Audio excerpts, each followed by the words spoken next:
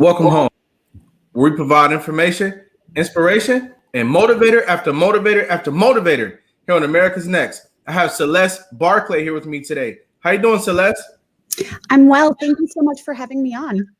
Absolutely, and without a doubt. I want to say hey to everybody who's tuning in right now, whether we can see you or we can't see you on Roku TV, Apple TV, Android TV, Facebook, or YouTube. I deeply appreciate you. Every time you stop by, it means a lot.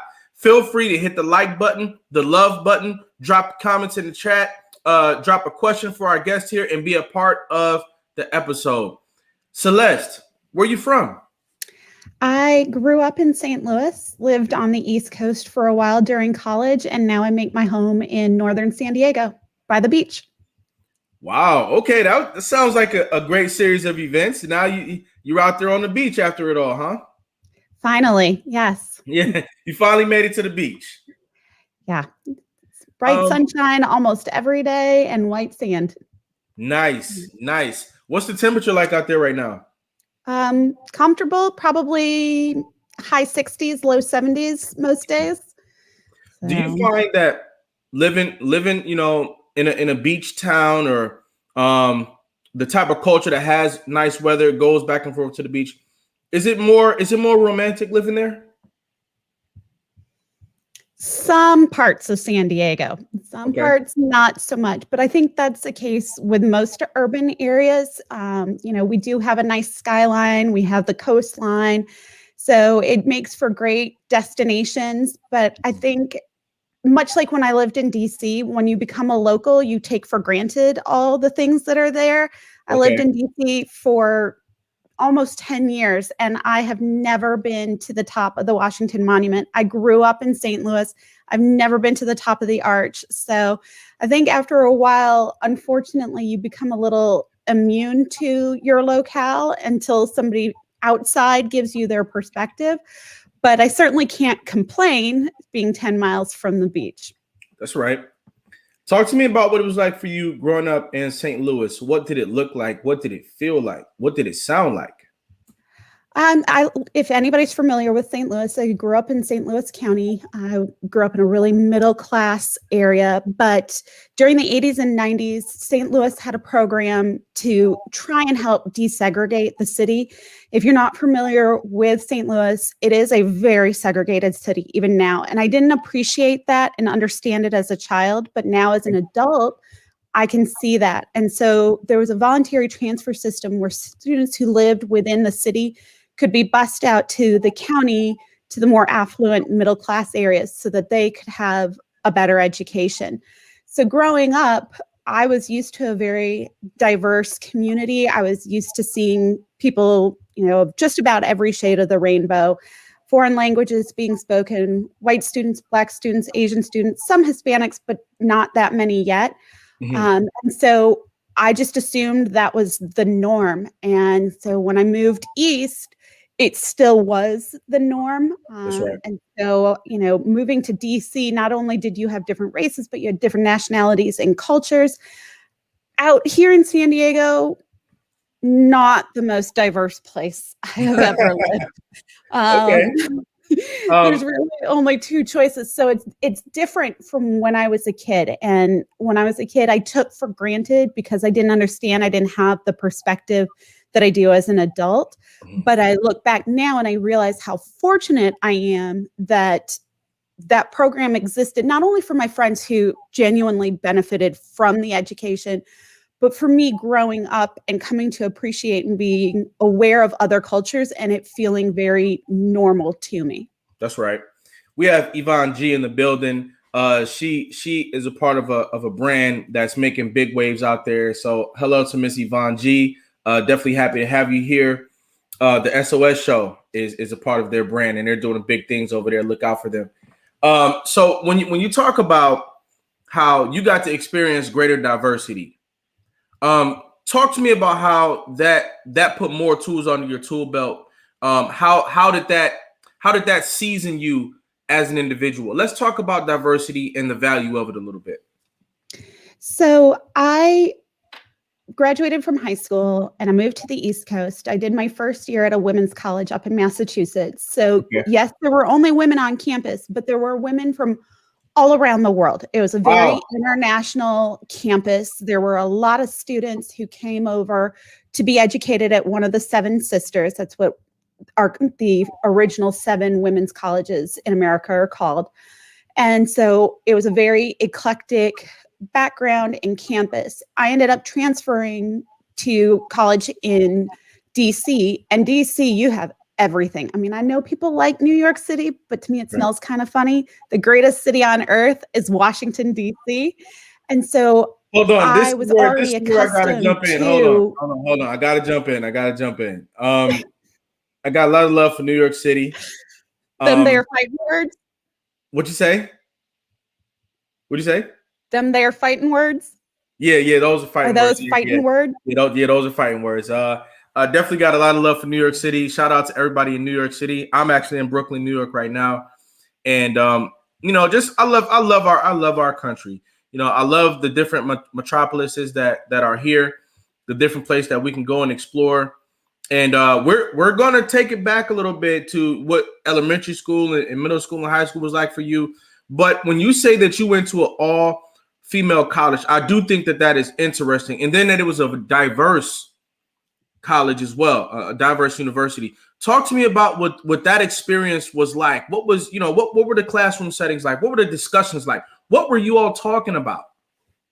So I entered into a program for international affairs, and it was an interesting experience because I'd grown up going to a co-ed school. So I was very much a tomboy growing up, and I had female friends, but not tons of them. I was definitely more of a guy's kind of gal, playing sports and things like that. And so suddenly being launched into an environment where there were only women was an eye-opening experience to me, and it taught me to value the women around me and their experiences and their diversity. But it also was at times a little idealistic for me, especially studying international affairs. And it was a small town. And so I felt a little confined at the time. I just left home. I wanted to spread my wings. So I decided to transfer, and I got accepted to school in DC, and I arrived there and I was just like, oh, I am home. I have found my people. I mean, there were moments where it was like, Toto, we're not in Missouri anymore. But, it was another stepping stone in an experience of being around diverse cultures. And I should preface it by saying, or I should have prefaced it by saying, my mother is English, my father is Moroccan, and we're fresh off the plane. So that my children on my side are the first ones born in the US. So I was already used to having 3 different cultures in my house. My mom brought one, my dad brought another, and then what I experienced growing up. So it was very normal to me to have a lot of different languages, foods, cultures, religions, things like that. And so I took it for granted growing up, but I definitely now realize how much I miss it living somewhere that is not as diverse as I'm used to. Right. Have you ever been back to Morocco? Yeah, it's been a few years, but I have taken my kids back there. All of my dad's side of the family is still there. They've been back to England with me as well. I used to spend my summers as a kid, sort of 6 weeks in England, 6 weeks in Morocco. So it still feels very much like home. I just haven't had a chance to go back in a couple of years. So I'm eager for them now as teenagers to go back and get a different perspective. Sure. What's it like there in Morocco? Can you talk to us about that? Yeah, it's an Arab country. It's a Muslim country, but it's always been heavily influenced by the French because it was a French colony for so long. So when you're in the cities like Casablanca, Rabat, Tangier, they feel very, very Western. Most people are at least when I was growing up, they were bilingual, French and Arabic. Now a lot of people are trilingual, English, French, and Arabic. When you go to the smaller towns inland, then sometimes you get people who only speak Arabic, but it's very westernized. You know, North Africa is very, very different than the Middle East. People kind of just lump them together because they're Muslim countries and Arab speaking, but the culture is very different because their colonial experiences were also really different. Right. So, you know, when I go, I'm seeing family. I mean, it's the same as like a good Southern family reunion. It's the same thing when I go to Morocco. Lots of food, lots of laughter. So I can't really honestly give you a tourist perspective on it because it feels like a second home, but it's like the perfect combination of old world and new world put together. Okay. Your perspective to me is even better than a tourist perspective because you're giving us the real deal. You know, now having an English background as well. Have you ever been to England? Yeah, so I used to spend half of my summers there. We'd usually go over to England for like the first 6 weeks. My mom was a university professor, so she had summers off as well. So we would go there, we would spend time with my mom's family, and then we would go to Morocco and spend time with my dad's family. So, you know, up until being like 12 or 13, that was pretty much how I spent every summer. That is and cool. So kind of bouncing between two very different cultures. Yeah. I guess, again, that kind of flavored my view of diversity being normal, but also appreciating it when I don't see it. It stands out to me when it's not there. It feels uncomfortable when it's not there. Mm-hmm. So for you as an elementary school kid, how did you get along? What was elementary school like for you? It was a little difficult because people knew that my parents were foreign. So anytime in history we talked about England, all the little eyes turned to me as though I had like terrific insights at 7 years old as to why King George treated the colonists badly. Hold on. So all of the American classics that referred to England, you were somehow the subject matter expert on those things all throughout. Yeah, exactly. At 7, 8 years old, somehow I knew what had happened 250 years earlier. Right. You know, or 150 years earlier. So, yeah, but, you know, I grew up, my parents being immigrants, were kind of getting used to living in America and kind of getting used to how the social situations work in America. So they're kind of introverted by nature, and getting them to make friends so that I could make friends. There were definitely cultural barriers there that were very difficult to overcome. For example, if I was invited to a sleepover, I got picked up at like 9 o'clock. Because my parents were like, why would you want to sleep on the floor when you have a perfectly good bed at home? Right. Why would you want to do that? And I was always like, Mom, because everybody else is doing it. Dad, everybody else is having fun. And all the fun happens after the grown-ups go to sleep. Yep. Well, I always left. But fast forward 30 odd years, when I became a teacher here in San Diego, I worked for a few years with just sort of the English language learner students.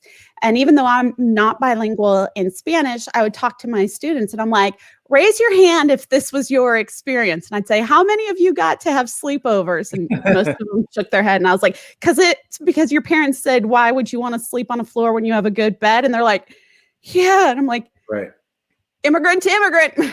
Right. You know, it's good that you say that, because we got to bring the sleepovers back. You know, we've been dealing with the pandemic, and I haven't had to host any sleepovers for my daughters. My wife hasn't been able to host any sleepovers for our children. And I do look forward to giving them that opportunity. So that's a good reminder. Ladies and gentlemen out there, let's get back to the sleepover. You know, kids get such a kick out of it. Pop some popcorn, watch a few movies, and, you know, it helps their social experience. So definitely let's get back into that. Now, do you have brothers and sisters? No, I'm an only child. Very, very much an only child. Okay. If you meet me in person, people are like, you're an only child, aren't you? Right. Okay. So now, and one last question. How did your parents decide to move to St. Louis of all places? So when my parents had me, I was born in Morocco. My parents were living there. They knew that there were more opportunities in the US than there were going to be in Morocco or even England. And we actually started out in Wisconsin. My mom was hired on as a professor at the University of Wisconsin. We lived there for about 6 years. So my earliest memories, but they're kind of foggy. And at 6, we moved to St. Louis, and I lived there until I was 17 and left for college. So it was really just opportunities that were offered to my parents for jobs. Okay. And that's how we ended up there. Okay. And for everybody out there, Celeste is an author. And so we're going to talk about some of her works. But right now, I want to know, how early did you start to write? When did you develop your love for writing and literature? My love of literature started pretty early on. As much as I love to be outside, and recess and PE were my favorite subjects, so was math and silent sustained reading. Back in those days, we'd get our books out and we could all find a spot on the carpet and lie down, and the teacher would turn off the lights and you could sit and read or lie down and read. And so I loved it. And I, kind of grew from that into enjoying creative writing pretty much up through middle school. But then high school, the writing got more intensely academic, and then college, it was academic. And then as a teacher, there was a lot of professional writing that I did, which is super boring to read, but really necessary. And boring to write many of the times. So that creativity kind of, like for a lot of adults, got pushed off to the side and kind of stifled as I got older. And then, I kind of got to a point where suddenly I wanted to sort of reintroduce myself to being creative. The perfectionist side of me, the very type A side of me, could just sit itself down for a little bit and take a breather and let the creative side come out. So I was, I was 37 or almost 37 when I started writing my first book. I published it. I started writing it in August 2017. Life happened. It kind of got pushed off to the back burner when the school year started.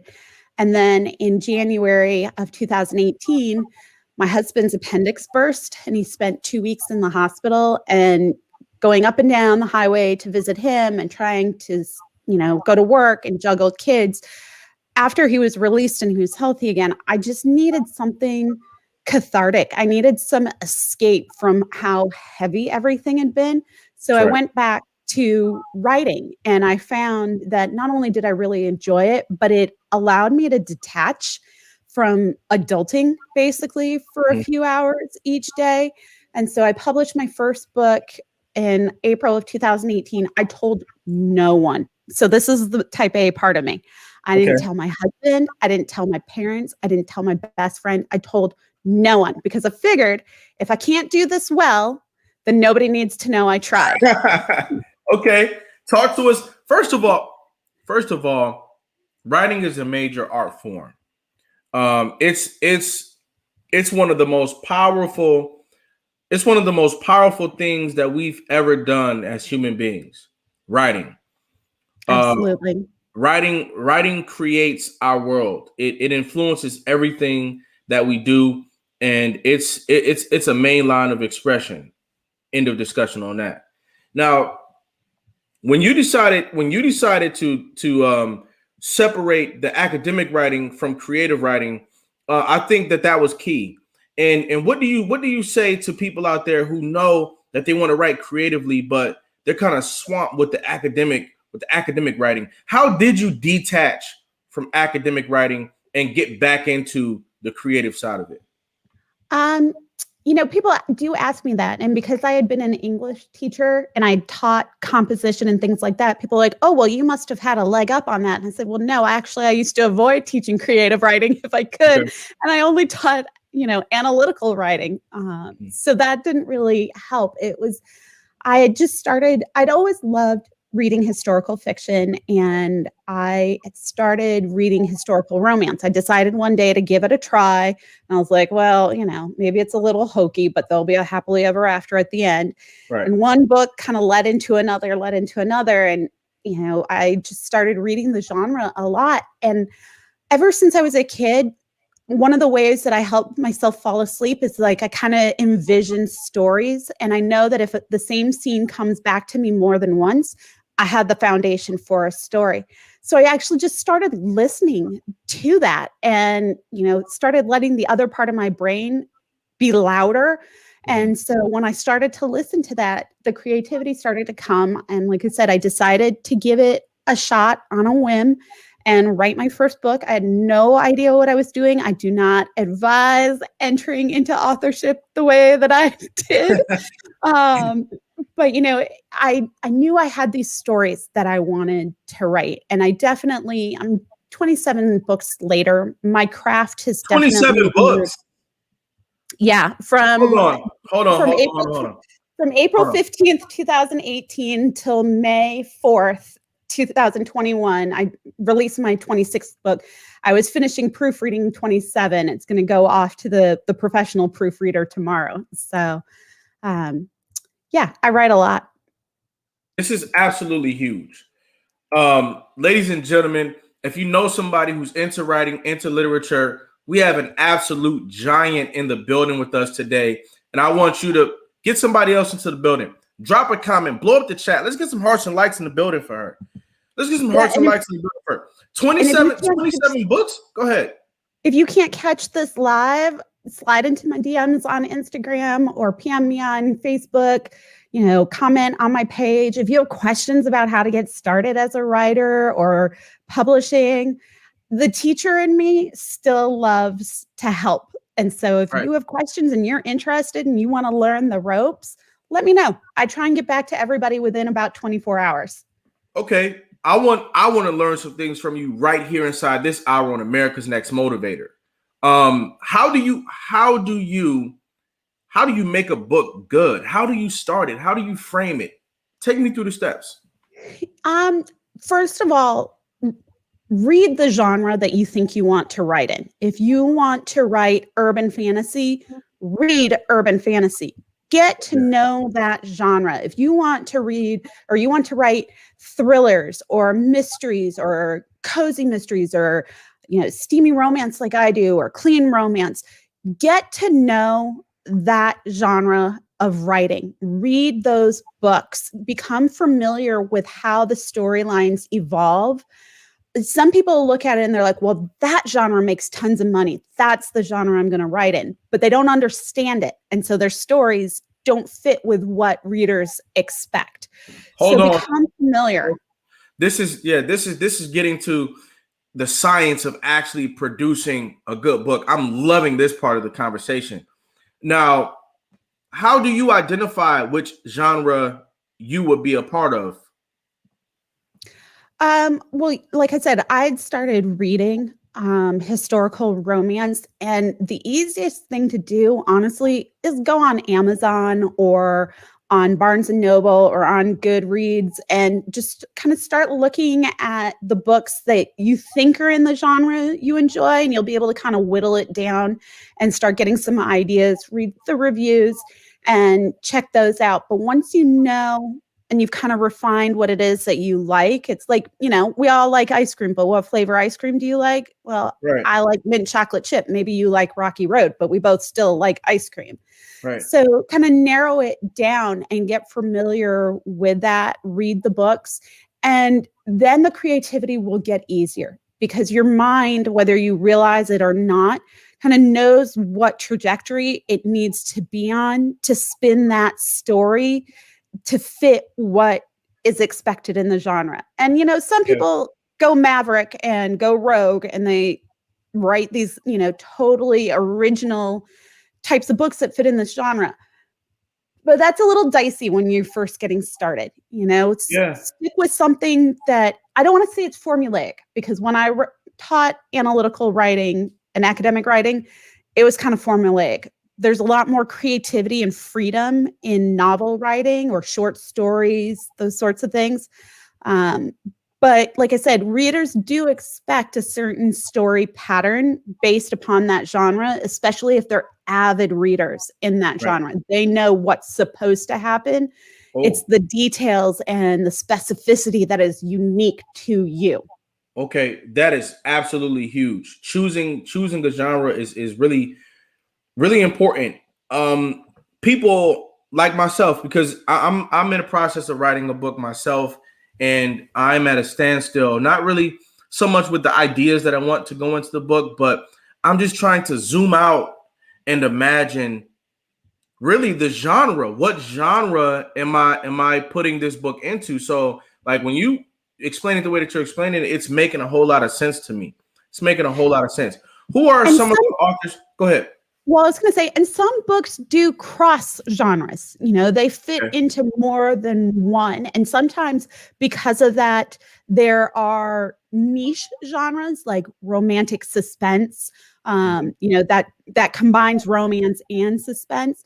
Mhm. But even if there isn't a subgenre for you, it is normal. And it does happen that books can fit into more than one place.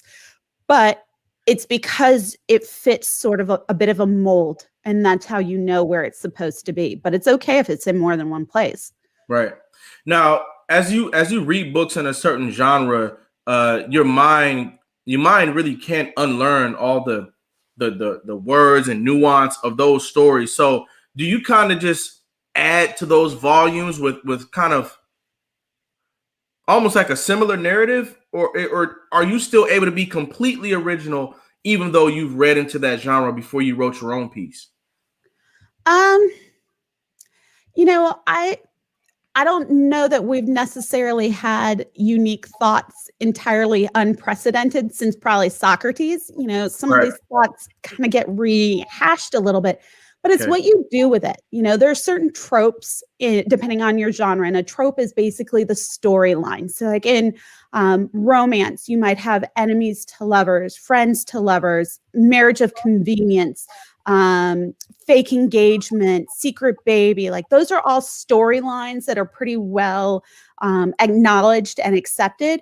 But what you do with that and how you spin that story, that's you. And maybe it is flavored a little bit by other books that you've read or influenced by other books that you've read. But I think that's the nature of anything creative. If you look at the music industry, you can listen to 3 songs and you'll find that they all sampled from one song 50 years ago. Right. And so that's the foundation for it. And so, other authors' works might spark an idea, but where you go with that, what you do with that, how you spin your story or your tale, that's on you. That's your unique creativity that nobody else has, that nobody else can mirror or copy, because it's yours, unless, they copy and paste. And that's a whole other separate issue. Right. Yeah, But, that's completely different. Yeah. Okay. it's okay if you have something that influences you, or at least, lights your pilot light, sparks your pilot light. That is huge for me to know. Hopefully that's good for you folks out there to know as well. It's okay to be inspired by other works. Ladies and gentlemen, absolutely. We are talking to Celeste Barclay. She is a wealth of wisdom in the author space. We're going to talk with her more about her journey and the things that she's been up to right after this brief message.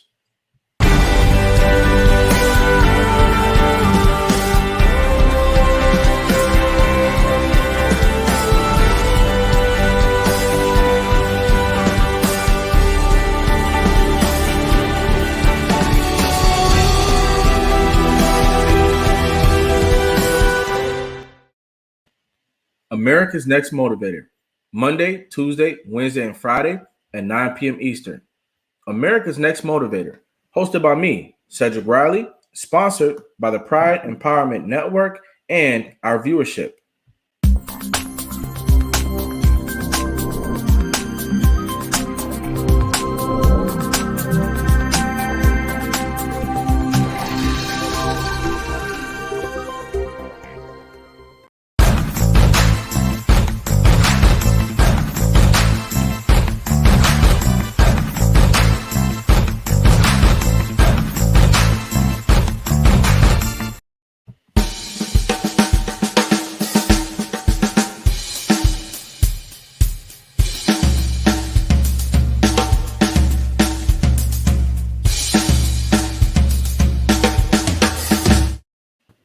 And we're back. Celeste, how you feeling out there? Great. I'm so glad to be here. I'm really enjoying this conversation. You ask really insightful questions. So thank you for having me. Absolutely. And we're right back into it. So once you published your first book, did you self-publish? I did. And going back to the whole not telling anybody Okay. anything. So, as much as I fear failure, I fear rejection as well. So, I Mm. decided it would be easier to self publish because then I didn't have to query or send out, interest letters to publishers and worry about them rejecting me. I'm also not a particularly patient person. Like I can pretend to be now that I'm an adult and a parent and I was a teacher, but I'm not really at heart. So I wanted to do things on my own speed, which much like I drive on the highway is probably a little too fast. Kind of have Right. a lead foot, but I felt the same way about publishing. I didn't want to, spend a year or two trying to find a traditional publisher, which some people do. That's their jam. And I didn't want to then wait to get accepted, then wait for publication and kind of be on somebody else's schedule. I've always liked to roll on my own schedule, which is usually maybe I would be a good New Yorker because I like things in a New York minute. Like I Right. chop, Yeah. we got stuff to do, Yeah. people to see, Right. places to go. And so self-publishing gave me that freedom for my schedule. It also gave me the freedom to set my prices, which you don't generally have if you're with an entirely traditional publisher. You might if you're a hybrid, but it just allowed me flexibility as well because when I first started, I was still in the classroom full time. I would write while my kids were at swim practice, or I would write when my kids were in bed, or I would write, when I was off the clock during lunch, if I could squeeze a couple minutes in between classes to do it. So I would just snatch minutes here and there, and then I would write a lot on the weekend. But I didn't become a full-time author until basically the beginning of January 2020. I left the classroom in December 2019. Little did I know, that I was getting out while the getting was good. I had some health issues. I needed a disc replaced in my neck. And so it just was the right time to leave because I knew I was going to be in and out of the classroom having a disc replacement. I needed half of my thyroid out. So it just seemed like a prudent time to career switch so that my students could have continuity. At the time, Right. I was thinking rather than me being there some weeks and then out and then having substitutes back and forth, it was just better to have a clean break. So for the last year, I've been a full-time author, but for the 2 years before that, I was juggling 2 full-time jobs, basically. Right. Do you feel happier now that you are in this almost destiny of being a full-time author? Does it make you happier? Yes, 150%. And I believe that teaching is a vocation. It's a calling, not just a career. Not everybody Right. is suited to it. So I still love teaching and I do miss that part. And that's why I've started, doing mentorships for other authors because that does help fill my bucket. But the last assignment I had it was particularly difficult. I've always worked with at-risk, at-promise students, but the last assignment I had was middle school. And in my heart of hearts, I'm a high school teacher. So getting used to that age group, as well as some of the challenges that came along with my assignment, Mhm. it was just really, it was wearing me down Mhm. physically and emotionally. It was just wearing me out. And that's why I turned to writing. And I needed that escapism as much as people need it when they read. I needed it and I got it through writing. And once I realized, I'm pretty good at this stuff and I'm now making a comparable income as an author to what I was as a teacher, knowing that I had an out definitely made leaving teaching more feasible and just more palatable, I guess, more of what I Yeah. wanted to do. Yeah. And so when I left teaching, it's not that I didn't look back, but I definitely do not regret leaving. I still feel called to help. And so, like I said, I mentor authors now, but I discovered that, through my readers' comments about the escapism that I'm able to offer them and the entertainment that they get, and even the history lessons they get, I'm still helping. That That's right. calling that I had as a teacher is still there, and it's still being answered. It's just being done in a different way. So I'm still filling my bucket, for lack of a better metaphor, if you've read any of the professional self-help, fill in your bucket. But that's my jam. That's how I feel, That's huge. fulfillment. That's huge. The time that you spent as a teacher enabled you to make the world a better place. It gave you a window to have a positive impact on growing minds and growing hearts. I never forget the teachers that took their time out to really teach me, those who really put the extra effort in to do a good job in their classroom. They are coming through as I speak to you tonight. So rest assured that the time that you spend as a teacher is perpetually having a positive impact on the world. But it's also great that you were able to get into this next chapter, this more refined version of yourself, where you can be free as an author.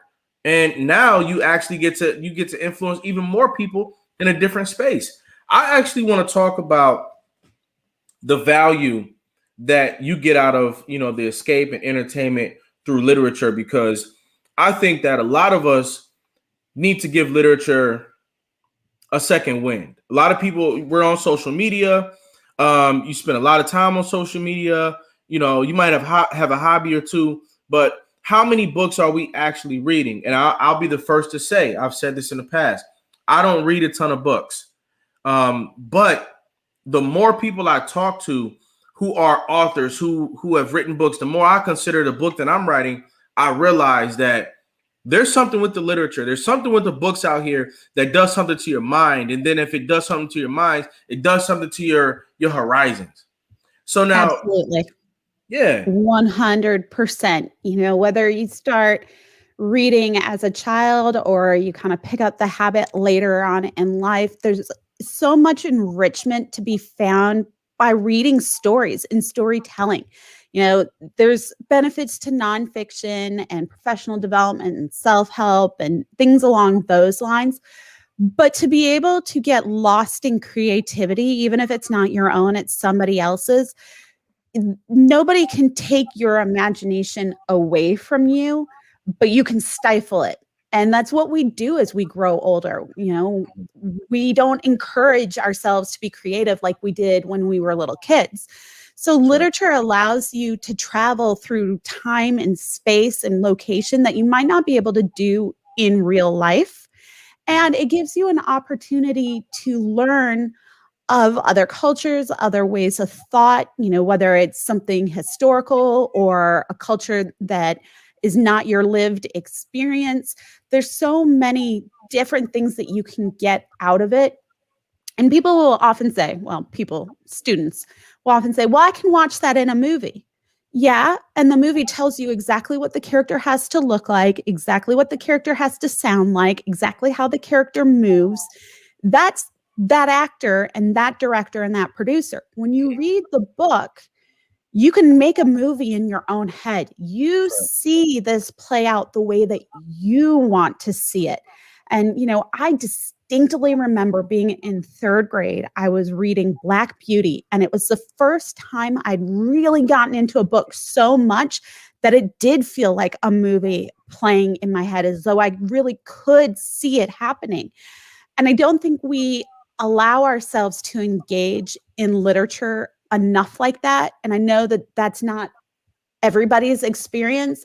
Either they've read things because they had to in school and they didn't understand it, or they resented having to read it, or they haven't given themselves the opportunity to find genres and authors that they enjoy. They've read what's famous or what, they think they're supposed to read, not necessarily what they want to. But to allow yourself to use your imagination and create these pictures in your own head that are yours, is so enriching because it translates into other things. You know, it That's right. translates into the business world as far as being able to be a strategic planner, That's or, right. you know, being able to appreciate diverse cultures, or just being, you know, a more sympathetic and empathetic Yeah. person, because you've Yeah. seen things through somebody else's eyes that you wouldn't get if you didn't read. So, Exactly.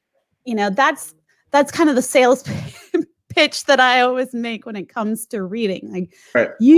there's millions of books on Amazon right now. Millions. There is bound to be at least one book that you can find that you like and that you can get into. And that can be, you know, a stepping off ground to find more books. But there's millions out there. That's Something right. has to work. That's right. Um, We're in a space where people are transforming. People are getting into their best selves. Everywhere you look, somebody is talking about changing your life, making your life better, getting unstuck, becoming even more successful, becoming great even. And we don't always identify tangible ways to do that. And in this conversation, you're inspiring me to share this. You used your dreams as a way to realize when you had a story. You said that when you dreamed about something multiple times, you realized that there was a story there. And I'm wondering how many of us are not dreaming as much as we would if we were reading. And when you just said that as you read, your mind develops movies, to me, that sounds like a dream. And so, what if the key to you actually raising your vibration, becoming more of a illuminated human being, somebody with more ideas, somebody who's adding more value at the table, somebody who's just, you know, more bubbly, more successful, more powerful, is reading a book, because the book is going to work out your mind, is going to compel your mind to generate that movie, and then you're going to start dreaming, and then you're going to have your epiphany for your life.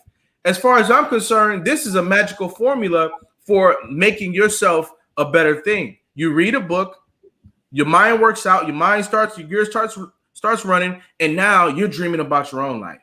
How does that sound? Absolutely. I mean, there's a wealth of things to be gained from reading. You know, I could break it down sort of as teacher speak of improved vocabulary and improved analytical skills, and, you know, more understanding of complex thoughts, but that's not that interesting to talk about. Mhm. But they're there. Those are the practical things that you get out of reading. And then there's the enjoyment side, the creative side, but they mesh together to be really, really powerful, that you don't necessarily get one without the other. And so, you know, as your vocabulary expands, as your understanding of concepts, you know, broadens, then that does spark creativity, because now you have more words at your disposal to use to tell your story. You Right. have, you know, experiences with concepts that maybe were foreign to you before, but you're like, dude, that's a California in me. Yeah. Dude, I Yeah. totally dig Dude. that. Like, that Yeah. makes sense to me. If I had students in the hallway whose names I didn't know, I'd be like, dude, come here. So Right. that's my universal term for, you know, faceless, nameless person. Um, My question for people tonight is: have you ever written a story? Are you doing a job living a life that has absolutely nothing to do with writing a story? And how could it benefit your life, your creativity, and your spark if you wrote a story? I think that's a great challenge. Write a story. it is. And you know, that is such a purposeful question, and it allows for so many different directions for somebody to go in. But I also know that it can be kind of overwhelming. I'm like, I've never written a story, or I don't have a story to tell. You want me to write a whole book? Right.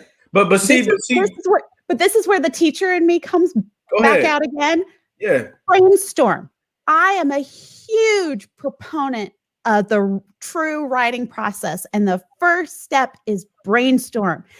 just dump ideas. It doesn't have to be complete sentences. You can use visual diagrams if you want. You can just drop words on a sheet. You can drop thoughts, whatever it is. You can muddle through it later, but just get things out. And it's, it's like a builder. They arrive and all the bricks have been dropped off. And out of that stack of bricks, you're going to make a building, but you got to sort through everything and put the pieces together. But if the bricks weren't there, there'd be no building anyway. So get those ideas out. Let those be the foundation of the story you may want to tell. Don't feel like you have to sit down and churn out, this masterpiece of 400 pages or whatever it might be, or even a short story of 10 pages. Just get your ideas out there. And from there, you'll find something that you can latch onto. So, you don't have to eat the whole pie in one bite. That's right. Now, for those authors out there who've published a book or two, but they're not making money yet, what do you say? What do you say to the authors out there who are immensely talented, or at least talented at all, and they've written a book or two, and they're not sure how to make money? How have you been able to put a value on your work? Talk about that. So you have to treat it as a business. It can be a hobby that you enjoy, but if you want to monetize it, you have to treat it as a business. The first 2 books I wrote, I didn't know what I was doing. I was just happy to get the files on Amazon, and, some people were buying it, and I was like, oh, look at me. Right. But I decided, sort of halfway through my second book, I'm like, all right, I have at least 5 books in this series, 5 stories I want to tell. If I'm going to do this, then I want people to actually read it. And if people are going to read it, I wouldn't mind making some money off of it too. That's right. So when I realized I needed to learn the business side of being an author, it completely changed my trajectory from just kind of like, piddling along to all of a sudden I was getting all of these #1 new releases in multiple categories, and then, bestsellers in multiple categories, things like that. And so once I learned what authorpreneurship is, that made a huge difference. I would say that writing is probably like 40% of the game, and then business is the other 60%. The writing might be what you love most, but it's not what's going to get your book into people's hands. And if you have a message you want to share, or you want to entertain people, or you want to inform them, then it's got to move. People have to find it. They have to discover it. And that means that just like any small business, you need to think about your marketing. Marketing is not the same as advertising. Advertising is part of marketing, but marketing is thinking about, who are my demographics? Who's most likely to read this? Where are they? What platforms are they using? How can I reach them through advertising? When I advertise, do I want to buy ads on Amazon? Do I want to buy them on Facebook? Do I want to do things that are free, like social media? How do I build relationships? What do consumers do that are in my demographic? Like, there's a lot of analytical stuff that goes into it if you want to monetize your books. That said, you can hire people to do these things for you. I mean, you can go through a publisher, you can get a publicist, you can hire somebody to manage ads for you if you just feel like that is absolutely not in your wheelhouse, or it's just not something that you want to do. That's fine. But you still need to know how to do these things, even if you're not the one doing them.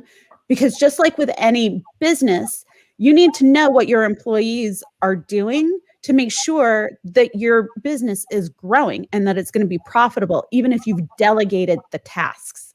So there's a lot of different really reputable programs out there. There's some shady business out there too, but there's some really reputable programs out there to help you learn the self-publishing business, to learn how to query or send, interest letters off to traditional publishers.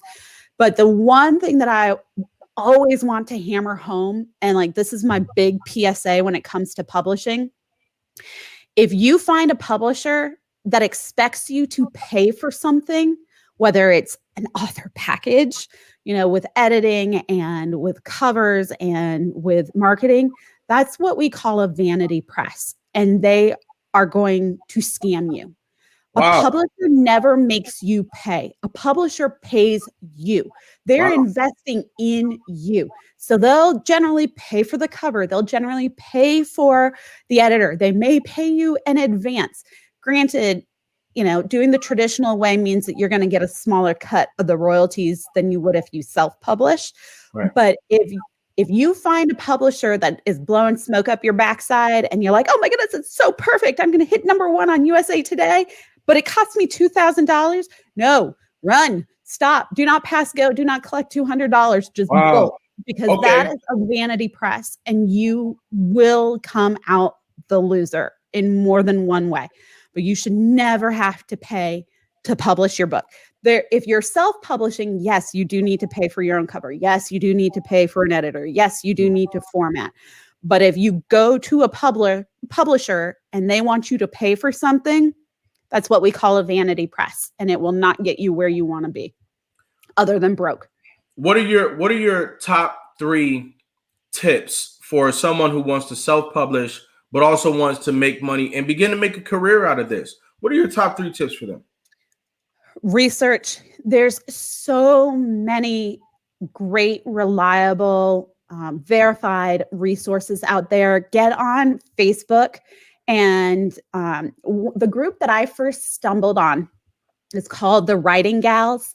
And they do specialize in clean romance. But that's the only caveat. The big picture of what they cover on their podcast is applicable across the board, even into nonfiction. So you don't have to just write the genre that these ladies do. There's so much information. You can go on YouTube. They have a whole series of podcasts. Another one is the self-publishing formula, SPF, and Mark Dawson runs that. He has a whole series of classes. They're a little on the pricey side, but you will learn. You will come out of that knowing the game plan that you need in order to launch yourself. And I do recommend that you consider looking at that before you publish your first book, not afterwards, like I did. Right. Lit Ring is also another one. LITRING. Skye Warren is SKYE Warren, WARREN.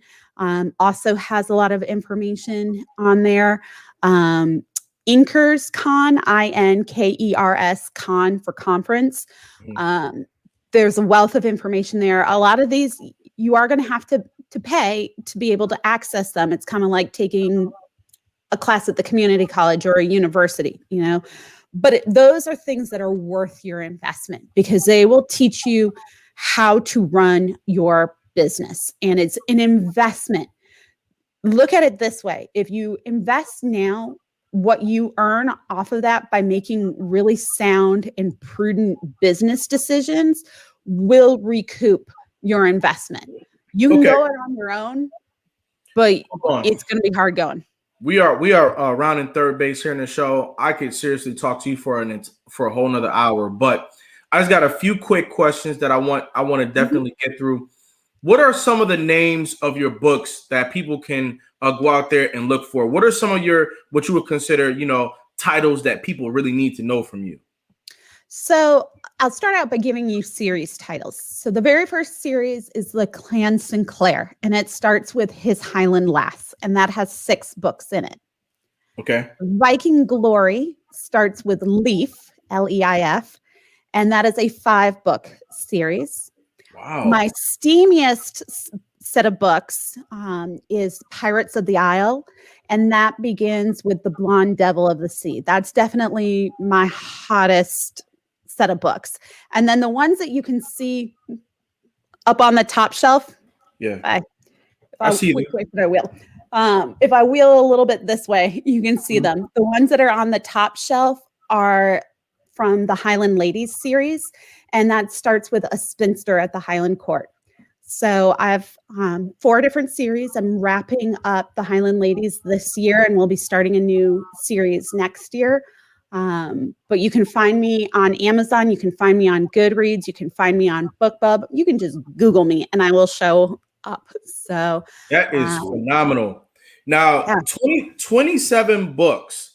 Do you feel accomplished? Do you feel like that you've done something amazing in your life? I do. You know, when I first got started, I went from knowing nothing at all to suddenly, you know, rising in these book categories and the lists on Amazon. And I started connecting, you know, through social media with these other authors that I had been reading for, you know, years. Right. And I had such imposter syndrome. I've been on Clubhouse quite a bit lately, and everybody's talking about imposter syndrome. And I'm like, yay, I'm not the only one who had it. Right.